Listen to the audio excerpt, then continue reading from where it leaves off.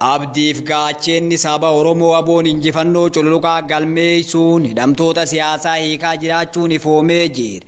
Gootichi waraanni bilisummaa Oromoo Oromiyaatti magaaloowwan to'atee jiru keessaa hidhamtoota siyaasaa guutumaan guutuutti mana hidharraa hiikaa jiraachuu himee jira. Namoota yakkaan hidhamanii fi siyaasaan hidhaman adda baasuu fi adeemsarra jiraachuu himuun erga adda baasee boodaas namoota yakka gurguddaa dalaganii hidhaman hidhaa keessa akka tursu himee jira. Yeroo ammaa Gujii lixaa aanaa Bulee Horaa magaalota Qilleensoo, Mokonniisaa, Qilleensoo Soorillee, Qilleensoo Raasaa fi Maaxee Boollitti keessatti namoonni siyaasaan hidhaman hedduun hiikamanii jiraachuu huba irraa harannee jira. Hidhamtoonni kun baay'een isaanii badii tokko malee abaa'oo aboo deeggartu jechuun kan hidhamanii turan yoo ta'u, kanneen hiikaman kana keessaa maatii tokkorraa nam torba wal faana kan hidhamanii turan ta'uu gabaafamee jira. Waraanni bilisummaa Oromoo zoonii kibbaa opereeshinii gochaa jiruun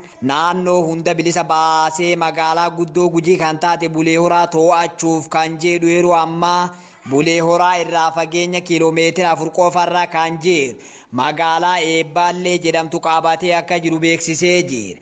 Haleellaa tasa itti dhufe kana dhiyeessuun yeroo ammaa kaadiroonnii fi kaabinoonni bilxiginnaa maatii isaanii wali gara magaalaa Hawaasaa fi Diillatti baqachaa jiraachuunis ifoomee jira. Waraanni mootummaa waboo loluuf gara naannichaatti ergamanis humna keenyaa ol nutti ta'ee jira jechuun naannicharraa baqachaa kan jiran yoo ta'u, uummanni naannicha keessatti argaman ammoo waboof simannaa ho'aa taasisaa jiraachuun dhugaa mamii hin qabne ta'ee